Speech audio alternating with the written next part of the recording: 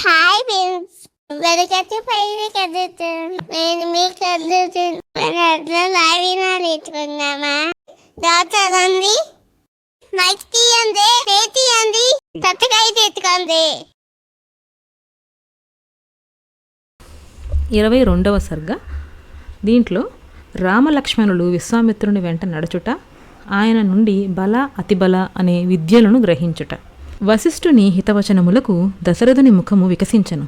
తరువాత అతను తన కుమారులైన రామలక్ష్మణులను పిలిపించెను.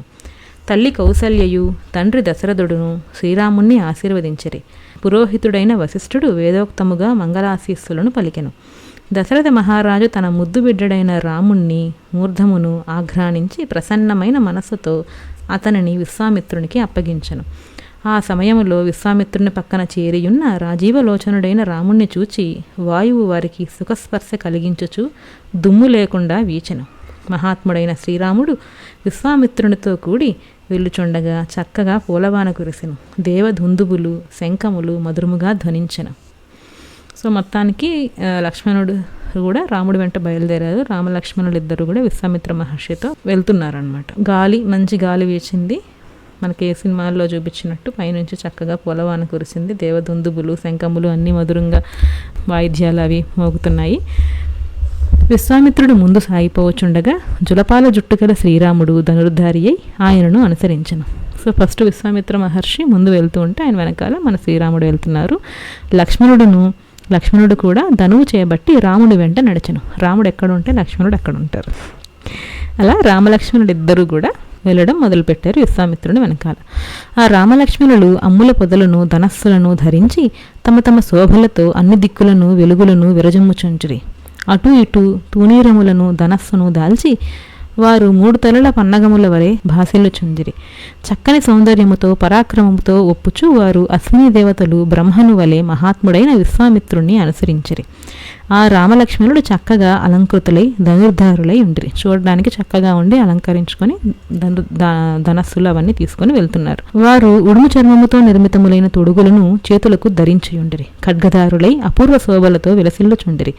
రాజకుమారులు సోదరులు సద్గుణ శోభితులు అగు రామలక్ష్మణులు విశిష్ట కాంతులతో అగ్ని సంభవులైన స్కంద విశాఖలు వాంగ్మనస్సులకు అందని శివుని వలె కుశికపుత్రుడైన విశ్వామిత్రుని అనుసరించుచు ఆయనను శోభిల్ల చేసిరి. విశ్వామిత్రుడు రామలక్ష్మణుడితో కూడి సరయూ నదికి దక్షిణ తీరమున 1.5 యోజనముల దూరము ప్రయాణం చేసిన తరువాత రామ అని మధురముగా సంబోధించి ఇలా అనెను. నాయన, ఈ నీటిని గ్రహించి ఆలసింపక ఆచమనర్చుము. బల అతిబల అను మంత్రములను ఉపదేశించదను, స్వీకరింపము అన్నారు. సో ఇప్పుడు విశ్వామిత్ర మహర్షి ఈ విద్యలన్నీ కూడా రామలక్ష్మణులకు నేర్పిస్తూ ఉన్నారు. ఈ మంత్ర ప్రభావమున నీకు అలసట కానీ ఆకలి దప్పుల బాధలు కానీ ఉండవు. నీ రూపకాంతులు తరగవు. నీవు నిద్రించుచున్నను ఏమరపాటుగా ఉన్నా కూడా రాక్షసులు నిన్నేమీ చేయలేరు. ఈ మంత్ర ప్రభావమున నీ బాహుబలమును ఎదుర్కొనగలవాడు ఈ భూమండలం మీద ఎవడునూ ఉండడు. అంతేకాదు, ఈ భూమండలంలో మీదనే కాదు, ముల్లోకాల్లో కూడా నీకెవ్వరూ సాటిరారు అని చెప్పి బల అతిబల అనే విద్యలు నేర్చుకోవడం వల్ల వచ్చే అడ్వాంటేజెస్ గురించి చెప్పారనమాట. సో ఏ రాక్షసులు కూడా ఎవరు ఏమీ చేయలేరు, నీకెవరూ సాటిరారు అని చెప్పారు. ఓ పుణ్యాత్ముడా, సౌందర్యమును కానీ సామర్థ్యమును కానీ విషయగ్రహణమునందు కానీ చక్కగా కార్యనిశ్చయమును చేయుటలో కానీ ప్రత్యుత్తరమును ఇచ్చుటలో కానీ లోకమునందు నీతో సమానుడు ఎవడూ లేడు. బల అతిబల అను ఈ మహామంత్రములు సమస్త జ్ఞానానికి మాతృకలు. ఈ 2 విద్యలు లభించినచో ఇక ముందు నీకు దీటైన వాడెవడూ ఉండడు. ఓ పురుషోత్తమ, రఘురామ, మార్గమునందు బల అతిబల అను మంత్రములను జపించుచు పయనించినచో నీకు ఆకలి దప్పుల బాధలు ఉండవు. లోక కళ్యాణమునకై ఈ విద్యలను స్వీకరింపము అని. ఇప్పుడు ఆయన చేయాల్సింది నెక్స్ట్ రావణ సంహారం అది చేయాలి కదా, వాటన్నిటికీ కూడా ఉపయోగపడాలి ఈ విద్యలు అన్నట్టు ఆయన ఇప్పుడు నేర్పించారనమాట విశ్వామిత్ర మహర్షి. ఈ 2 విద్యలను అభ్యసించినచో నీకు సాటిలేని యశస్సు అబ్బును. ప్రభావాన్వితములైన ఈ 2 విద్యలను బ్రహ్మదేవుని నుండి ఆవిర్భవించబడినవి. ధార్మికుడవైన ఓ కాకుత్స, ఈ విద్యలను పొందుటకు నీవే అర్హుడవు. పూర్వోక్తములైన ఉత్తమ గుణములన్నీయూ నీలో సమృద్ధిగా కలవు, ఇందు సందేహం లేదు. తపస్సు ద్వారా లభించిన ఈ మంత్రములను నీకు ఉపదేశించుట వలన అవి లోకమున వివిధ రూపములో విస్తృతములగును. అంతటా శ్రీరాముడు ప్రసన్నవదనుడై ఆచమించి శుచి అయి భగవద్ధ్యాన పరాయణుడైన విశ్వామిత్రుని నుండి బల అతిబల అనే విద్యలను స్వీకరించెను.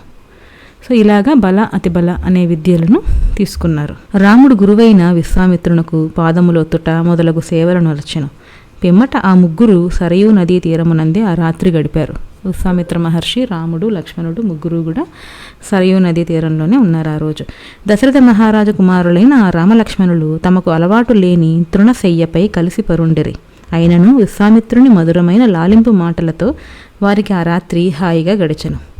ఇంతటితో 22వ సర్గ అయిపోయింది.